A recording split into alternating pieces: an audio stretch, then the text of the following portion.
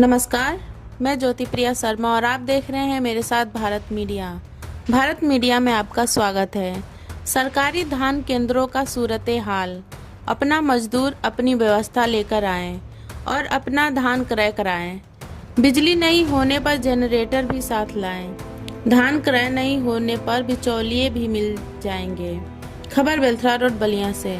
राज्य सरकार द्वारा सरकारी धान क्रय केंद्रों पर धान खरीद 1 नवंबर 2023 से 29 फरवरी 2024 तक होनी है।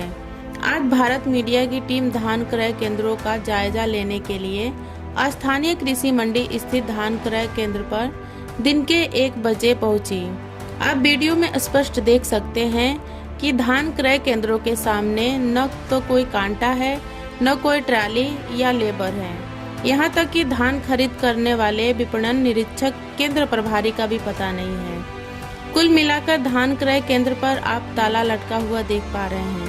वीडियो देखने से आपको स्पष्ट पता चलेगा कि अभी यहाँ धान क्रय की कोई व्यवस्था ही नहीं है। धान क्रय केंद्र की दुर्दशा का आलम यह है कि सीयर ब्लॉक प्रमुख आलोक कुमार सिंह द्वारा अपना 2 ट्राली धान बेचने के लिए भेजा गया, लेकिन कृषि मंडी स्थित धान क्रय केंद्र द्वारा समुचित व्यवस्था नहीं होने से वापस ले जाना पड़ा। इस संबंध में ब्लॉक प्रमुख आलोक कुमार सिंह ने आरोप लगाया कि बिचौलियों को लाभ पहुंचाने के लिए ही धान क्रय केंद्रों पर धान खरीदने में हीला हवाली किया जा रहा है। आइए देखते हैं भारत मीडिया से बातचीत में ब्लॉक प्रमुख ने क्या कहा। कुमार सिंह, ब्लॉक प्रमुख सीयर। किसानों का धान की खरीदारी के लिए जो क्रय केंद्र बने हुए हैं सरकार के द्वारा, वहाँ पे जो दुर्व्यवहार और किसानों के शोषण की जो बात सामने आई है उस बारे में मैं बात करना चाहता हूँ। मैं खुद एज ए ब्लॉक प्रमुख अपना धान मैं वहाँ के क्रय केंद्र पे SMI, उनका नाम श्री दानिश खान, कुछ ऐसा कुछ नाम, उनसे बात करके और मैं अपना धान भेजा था वहाँ पे बेचने के लिए। वहाँ पे जाने के 3 घंटे तक वहाँ कोई आदमी नहीं। 3 घंटे के बाद बोला गया कि भाई आप यहाँ पे जो भी व्यवस्था है वो धान को गिराने का, धान को ओसाने का, धान ओसाने के लिए जो जनरेटर चाहिए उसकी व्यवस्था के लिए जनरेटर में डीजल भी चाहिए, लेबर भी आप ही लाएंगे और लेबर ओसाएंगे, लेबर बोरे में कसेंगे, लेबर उसको तौल कराएंगे, उसके बाद हम लोग उसको खरीदेंगे।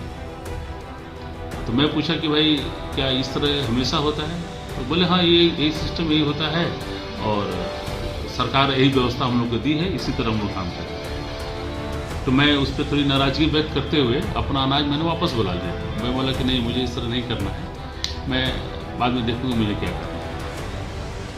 लेकिन मुझे इन सारे प्रक्रिया में ये बात समझ में आई कि ये जो भी सरकारी तंत्र है जो खरीदारी करते हैं, ये जानबूझ को किसानों का शोषण करने के लिए, छोटे मोटे जो कम ये पैदावार वाले किसान हैं, इनको इस तरह मजबूर करते हैं कि ये जो धान है थ्रू बिचौलिए कम दाम में खरीदारी हो और वो इनके बताए हुए पते पर पहुंच जाए और फिर उसमें जो फायदा इनको लेना होगा बैक द डोर ये लोग करते हैं। मुझे कल के बाद कम से कम 10 लोगों के फोन आए कि आप कम रेट में अपना धान बेच दीजिए, हम लोग खरीद लेंगे। तो मैं बोला भाई ये मेरे लिए बहुत ज़रूरी नहीं है कि मैं अभी धान बेचूं, मैं बाद में बेच लूँगा, कोई बहुत ज़रूरी नहीं है, मैं देखूंगा उसको।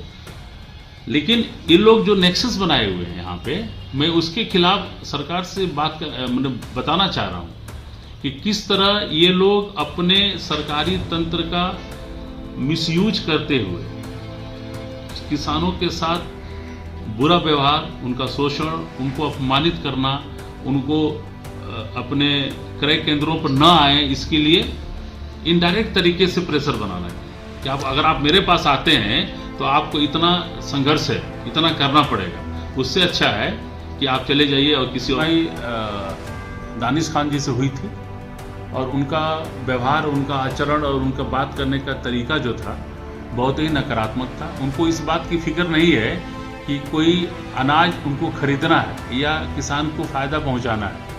उनको सरकारी नीति, सरकारी जो व्यवस्था है कि किसान को फ़ायदा पहुंचे, इससे उनको कोई लेना देना नहीं।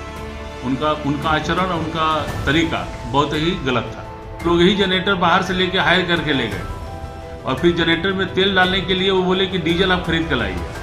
डीजल चूँकि वो लोग तुरंत व्यवस्था के लिए ट्रैक्टर से ही डीजल निकाल के उनको दे दिए, ठीक है सर डीजल लेके काम कीजिए। जब जनरेटर चलने लगा तो बोले कि लेबर लेके आइए, फिर लेबर भेजा गया तो बोले नहीं और लेबर लेके आइए तो ही आपका काम होगा, और नहीं तो हमारे पास लेबर नहीं है, आप जानिए आपका क्या होगा।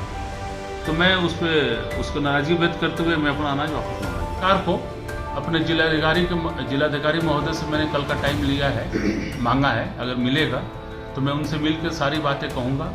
और जो भी बड़े फोरम हैं जो मेरी बात सुने और इस पे कार्रवाई करें और किसानों के हित की बात हो, मैं वहाँ जाऊँगा और मैं अपनी बात कहूँगा कि हमारे बेलथरा रोड में इस तरह की लापरवाही, दुर्व्यवहार और शोषण किसानों का हो रहा है। इस तरह से वहीं दूरभाष पर हुई बातचीत में केंद्र प्रभारी विपणन निरीक्षक दानिश खान ने बताया कि 1 नवंबर से अब तक 300 कुंतल से अधिक धान की खरीदारी हो चुकी है और ब्लॉक प्रमुख का भी लगभग आधा ट्राली धान की तौल हो चुकी थी। फिर पता नहीं क्यों वे अपना धान वापस मंगा लिए। धन्यवाद। आप देखते रहें भारत मीडिया। भारत मीडिया के लिए बेलथरा रोड बलिया से घनश्याम शर्मा की रिपोर्ट।